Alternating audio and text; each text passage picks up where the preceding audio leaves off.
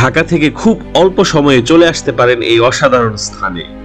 দিনে এসে দিনে ঘুরে যাওয়ার মতোই দারুণ একটি হিস্টোরিক্যাল স্পট, যার প্রতিটি ইটে লুকিয়ে আছে ইতিহাস, ঐতিহ্য আর হারানো সময়ের গল্প। নারায়ণগঞ্জের সোনারগাঁয়ে অবস্থিত এই পানাম সিটি এক সময় ছিল বাংলার গুরুত্বপূর্ণ বাণিজ্য কেন্দ্র ও অভিজাতদের বাসস্থান। এখনো দাঁড়িয়ে থাকা পুরনো স্থাপনাগুলো যেন অতীতের সেই সমৃদ্ধ দিনের সাক্ষী হয়ে আছে। আজকের ভিডিওটি আমরা সাজিয়েছি ঐতিহাসিক পানাম সিটিকে কেন্দ্র করে।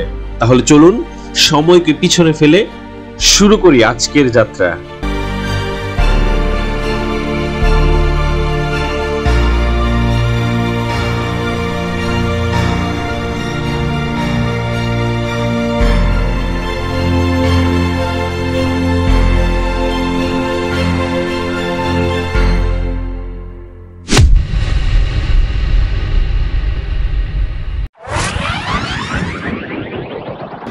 অনেকদিন পরে আবার আসলাম।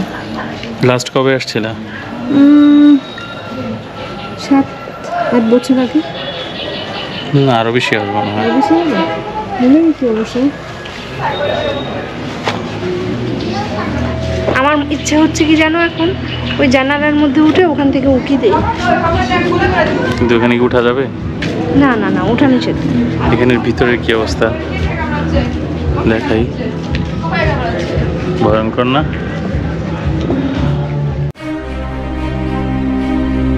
বাংলার প্রাচীন রাজধানী সোনারগাঁ আনুমানিক 13তম শতাব্দীতে গড়ে ওঠে। তখন সোনারগাঁ ছিল ফখরুদ্দিন মোবারক শাহ ও ইলিয়াস শাহীর আমলের প্রশাসনিক কেন্দ্র। এখান থেকেই নদীপথে বাণিজ্য, শুল্ক এবং বিদেশি ব্যবসায়ীদের কার্যক্রম পরিচালিত হতো। পানাম এলাকার বাসযোগ্য রূপ তৈরি হতে শুরু করে 15তম শতকের দিকে, মূলত বণিক, কারিগর, কর্মকর্তা ও ধনীদের বসতি হিসেবে।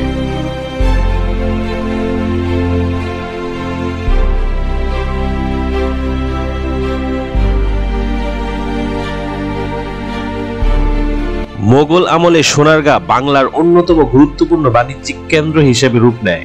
16শ শতাব্দীতে নীল, মসলিন, মশলা ও অন্যান্য বস্ত্র রপ্তানির কেন্দ্র হয় সোনারগাঁ। পানাম সিটি তখন ছিল ধনী, বণিক, কর্মকর্তা ও জমিদারদের আবাসিক এলাকা। তখনই শহরের মূল দুটি রাস্তা পানাম রোড, কসাইবাড়ি রোড গড়ে ওঠে এবং উভয় পাশে নির্মিত হয় ইউরোপীয় ও মুঘল মিশ্র স্থাপত্য শৈলীর বাড়ি। এই বাড়িগুলোতে থাকতেন ধনী হিন্দু বণিক, মুঘল প্রশাসনের কর্মকর্তা, নীল ব্যবসায়ী ও সোনারগাঁয়ের অভিজাত শ্রেণীর মানুষজন। এত মোটা, এত পুরো আর এত ঠান্ডা, মাশাআল্লাহ অনেক ঠান্ডা। কি সুন্দর কাজ করা, দেখো কি নিখুঁত কাজ করে, ছোট ছোট দেয়ালগুলো অনেক ঠান্ডা, স্যাঁতস্যাঁতে। এদিক দিয়ে আবার কি আটকে রাখছে।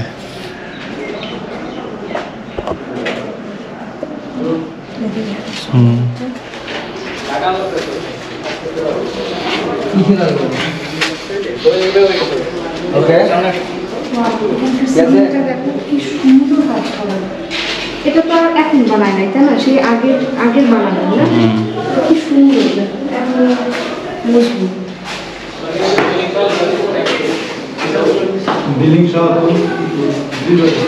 এই কাজ সুন্দর কাজ করা।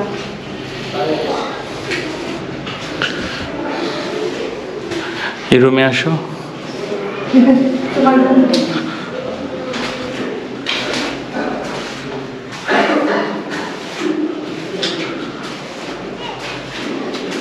ছোট্ট একটা রুম, সুন্দর না? যাওয়ার জন্য ছোট একটা দরজা, আবার ওই পাশে ছোট একটা দরজা।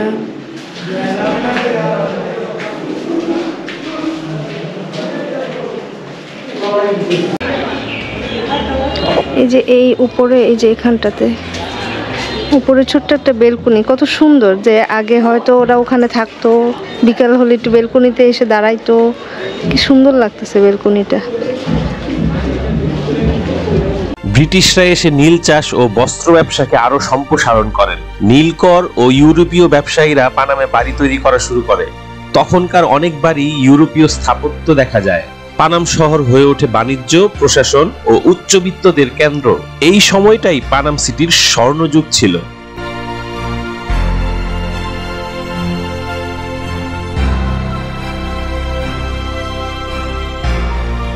পানাম সিটির পতনের শুরু হয় 1900 শতকের শেষ ভাগে এসে। পতনের মূল কারণগুলো হলো নদীপথ পরিবর্তন, বুড়িগঙ্গা শীতলক্ষা, মেঘনা নদীর প্রবাহ বদলে যাওয়ায় পানাম হয়ে ওঠে কম গুরুত্বপূর্ণ, রাজনৈতিক অস্থিরতা, নবাবী শাসন দুর্বল হওয়া, ব্রিটিশ শাসনের পরিবর্তন এবং প্রশাসনিক কেন্দ্র পরিবর্তনের ফলে শহরটি আবাসিক গুরুত্ব হারায়। বাণিজ্যের কেন্দ্র সরে যাওয়া, ঢাকা, নারায়ণগঞ্জ ও চট্টগ্রাম তখন নতুন বাণিজ্য কেন্দ্রে পরিণত হয়, যার কারণে পানাম সিটি গুরুত্ব হারায়। এত সব কারণের মধ্যে অন্যতম কারণ ছিল কলেরা ও মহামারী।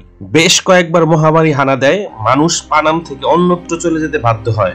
1600 থেকে 1800 শতাব্দীতে বাংলার বাণিজ্যিক শহরগুলোতে মহামারী ছিল একটি সাধারণ কিন্তু ভয়াবহ সমস্যা। সোনারগাঁও ও তার আশেপাশে অঞ্চলের পানাম নগর এসব রোগে সবচেয়ে বেশি ক্ষতিগ্রস্ত এলাকায় পরিণত হয়। মুঘল যুগ থেকে পানাম নগর ধীরে ধীরে একটি ব্যস্ত বাণিজ্য কেন্দ্র হিসেবে গড়ে ওঠে। ইহারানা, বাইক্কা বিল, শীতলক্ষা, মেঘনা নদী এসব নদীপথের সংযোগ থাকায় এখানে অসংখ্য বণিক ও শ্রমিকের বসতি সৃষ্টি হয়। তখনকার সময়ে পানাম নগরে আধুনিক পানি সরবরাহ ব্যবস্থা ছিল না। মানুষ ব্যবহার করত পুকুরের পানি, কুয়া, নদীর পানি। ব্যবসায়ীদের আগমন, নোংরা বর্জ্য ব্যবস্থাপনা এবং দূষিত বৃষ্টির কারণে পুকুর ও জলাশয়গুলো সহজেই কলেরা ব্যাকটেরিয়ায় জন্মস্থলে পরিণত হয়। এর ফলে কলেরা ভয়ঙ্করভাবে ছড়িয়ে পড়ে। কলেরা ছড়িয়ে পড়ার পরও কোনো কার্যকর চিকিৎসা, স্যানিটেশন বা পানি বিশুদ্ধকরণ ব্যবস্থা ছিল না। ফলে আক্রান্ত হলে মৃত্যু প্রায় নিশ্চিত ছিল।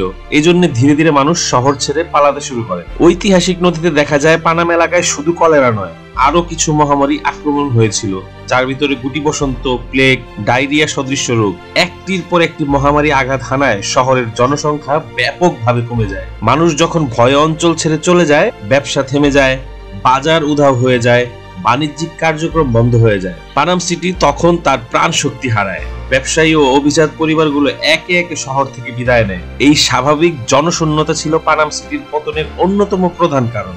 1947-এর দেশভাগের সময় আরো জনশূন্য হয়ে পড়ে পানাম সিটি। এভাবে ধীরে ধীরে পানাম সিটি সম্পূর্ণ পরিত্যক্ত হয়ে পড়ে এবং পানাম হারাতে থাকে তার প্রাণ শক্তি।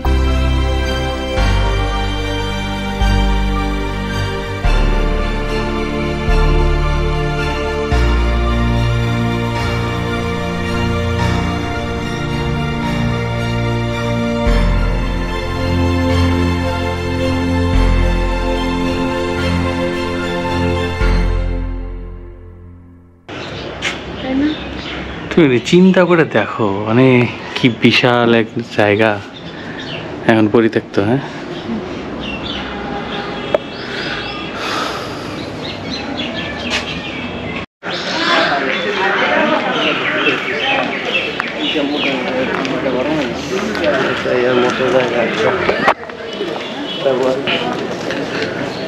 এই ভবন তোরে দিয়ে দেওয়া হইলো, তোর তোর এক্সপিরিয়েন্স বল, খুবই ভালো, মানে অনুভূতি আর কি। আমি খুবই আনন্দিত।